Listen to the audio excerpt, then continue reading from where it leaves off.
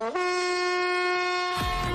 Daily is daily Vikings entertainment. We just want the Vikings to win a Super Bowl before we die. I will ride with this group. Seriously, man.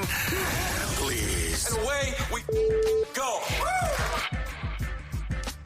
All right, Vikings Vent Line every weekend here on the Purple Daily YouTube channel and podcast feed. Vikings Vent Line is a yearly show. During the off-season, I like to bring on Vikings fans from all over the country, all over the globe. We got Dave joining us from Canada. We've had people join us internationally before. So if this is a show you'd like to be a part of on a future episode, you can hit me up to get in line. VikingsVentLine@gmail.com. Send me a note. Even if I don't have you booked out right away, I kind of stash all those invites. So if this is a show you'd like to be a part of to talk about the upcoming year or the offseason the Vikings have had, hit me up. It's VikingsVentLine@gmail.com.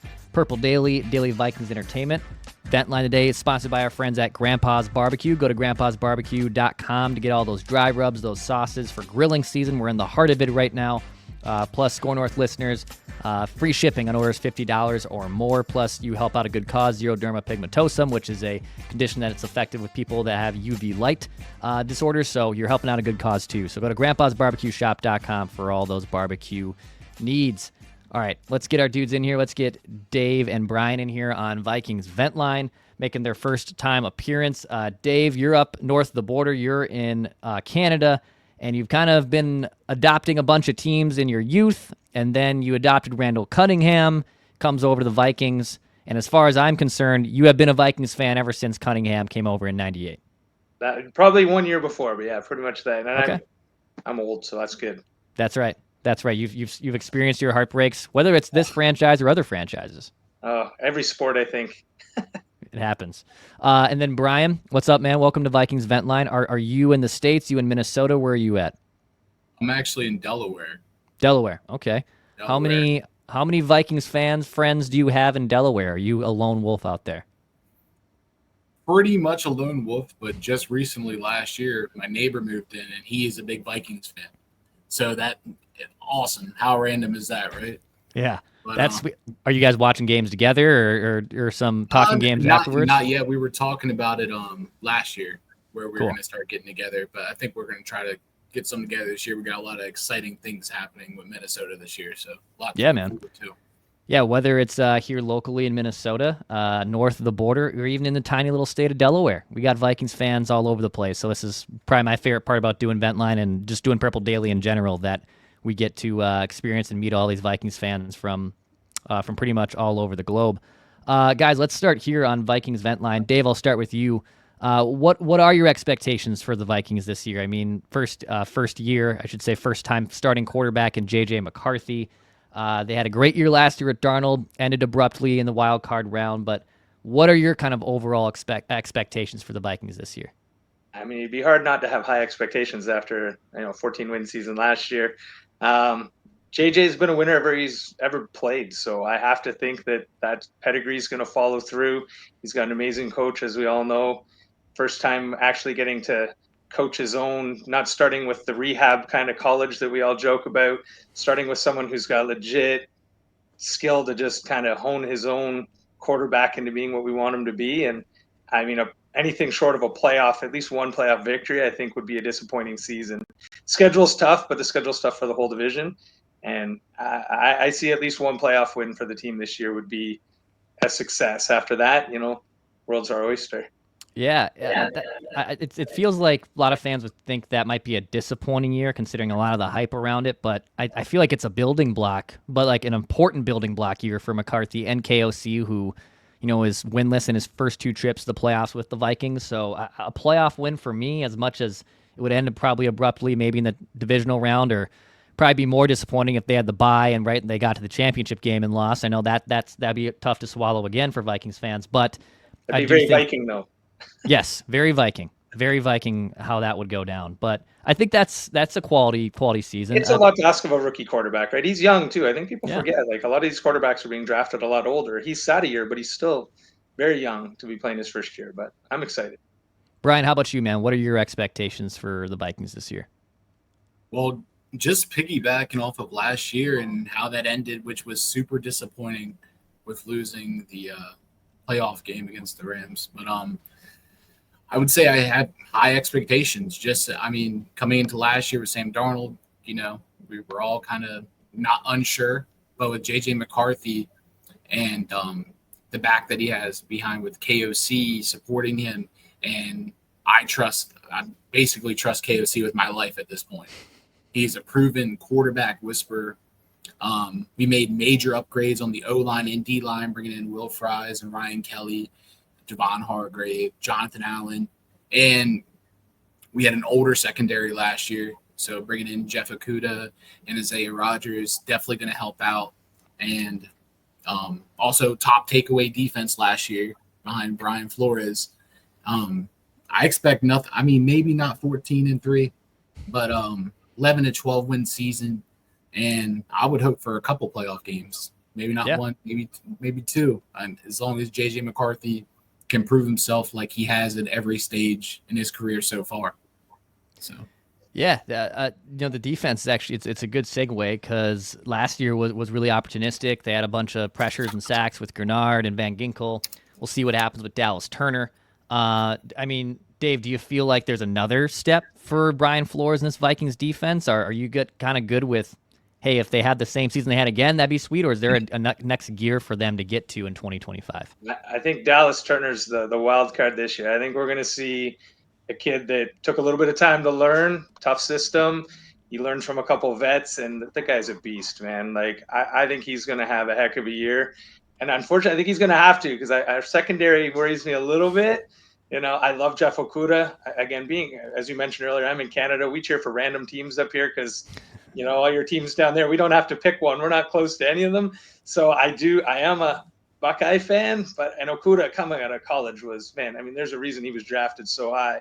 But obviously, I don't know if it's injuries, if the game if it's a lot more to think of in the NFL for him, he struggled. But I think that secondary is going to have a bit of trouble. But I don't think quarterbacks are going to have time to even expose the secondary. And I think we have lots of time to pick up a veteran if they feel in camp that they're not there. But I definitely, another top 5 defense should be a given. Flores is, as much as we have the quarterback whisperer, we got the defense whisperer. And I trust, as Brian said, he trusts Coach O'Connell with his life. I trust our defense with Brian Flores is going to be stud as it always is.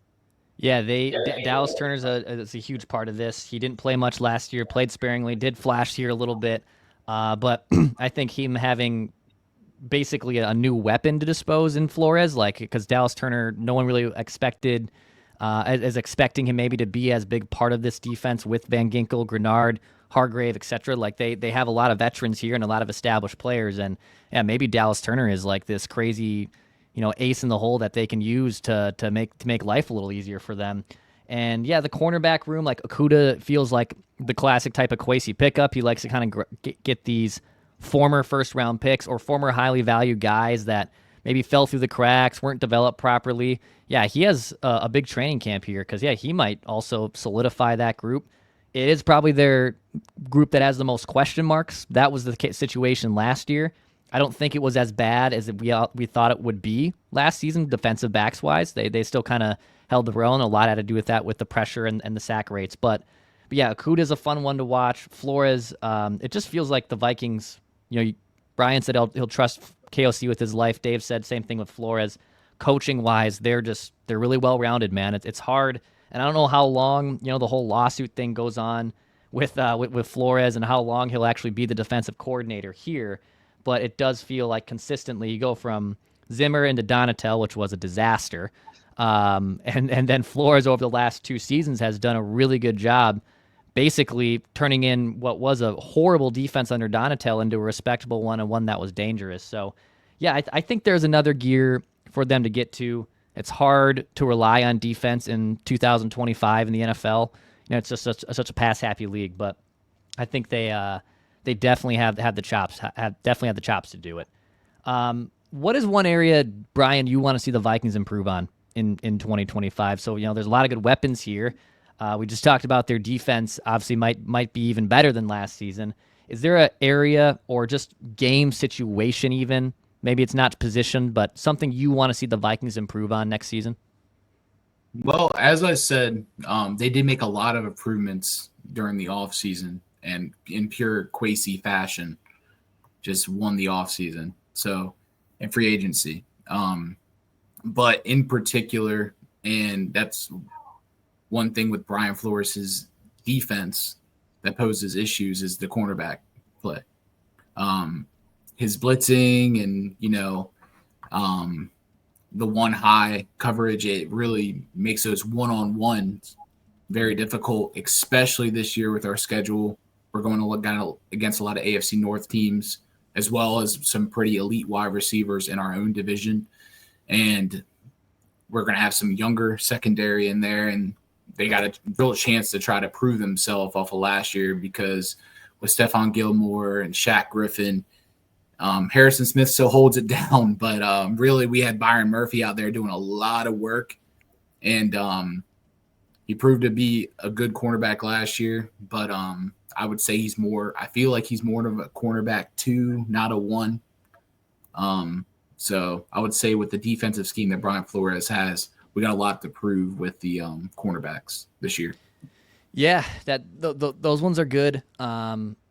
Whether they can get after the quarterback and not also have to, you brought up the single high, and you brought up how they're kind of formatted, but Brian Flores loves to blitz a lot, right? Likes to throw the absolute kitchen sink at you. I wonder if that gets dialed back a little bit, because you just have natural, pass rushers that can just get after the quarterback without sacrificing, an open man or leaving someone unprotected.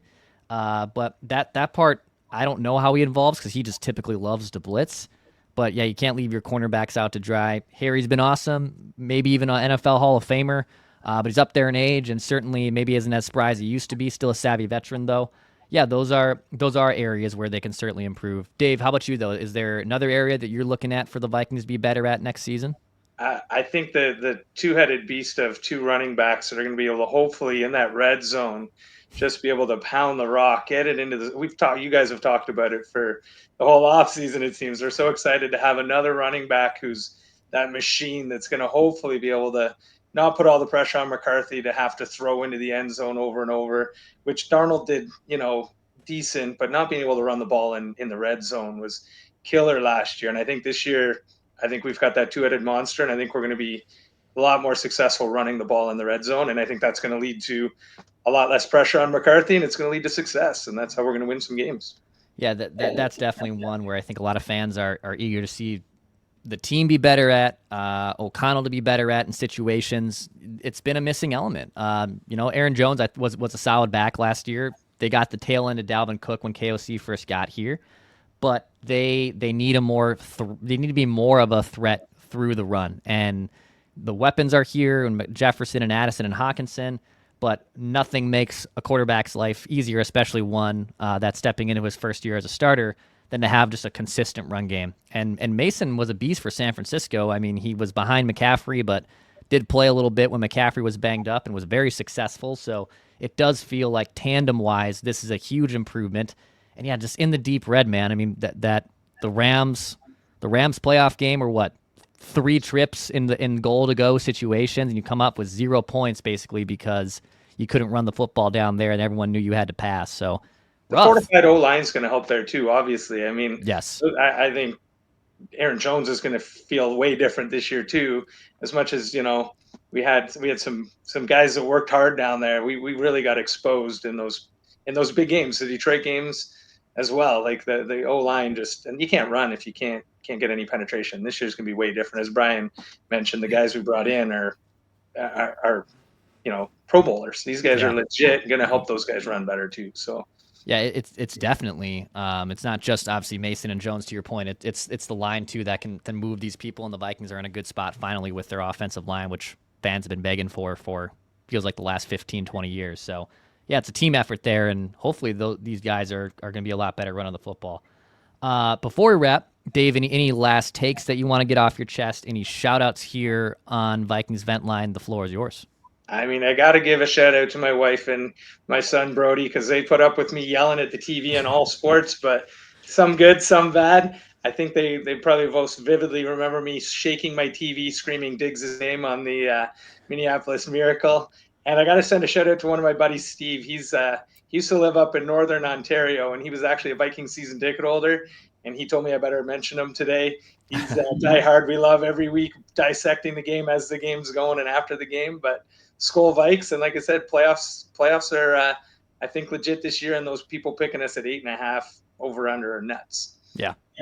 Love it, man. Love that. Love that you have, your contingency of Vikings fans too up there north of the border. Makes your life a little easier too. Of course, like I said, in Canada, a lot of our guys are Bills fans. I'm close to the Toronto area, but I'm not a Bills guy. They're like the Vikings of the AFC, right? I mean, Right? very, very similar. Very similar. I try not to crap too much on the Bills because it's pretty much like staring in a mirror for the most part. No, true, touche. Even all the Super Bowl losses, they match up quite well over history. They do. Brian, how about you though? Any last takes? Any shout outs here on Vikings Vent Line? Yeah, definitely shout out to the wife and kids for putting, like you said, putting up with me every Sunday. Yelling at the TV, jumping around. Had to make a Vikings fan out of my wife because I had no other Vikings fans, so she came into the Vikings team as well. She's originally from New England, so pulled her from the Patriots. Shout out to all the wives. I mean, so you converted her from Patriots fandom into Vikings fandom? Yeah, I think my excitement might have helped into it. But, yeah, sure. That's awesome. Well, hey, dudes, appreciate you guys coming on here, coming on Vikings Vent Line. Got Brian in Delaware. We got Dave in Canada. Anyone who wants to come on a future episode, hit me up. It's vikingsventline@gmail.com. We'll be rocking these off-season episodes for just, honestly, only a couple more months. We're about 2 months away from week 1, so plenty of time still to get in some takes. So hit me up if you want to be on the show. Purple Daily, this is Daily Vikings Entertainment, where we just want to see the Vikings win a Super Bowl before we die.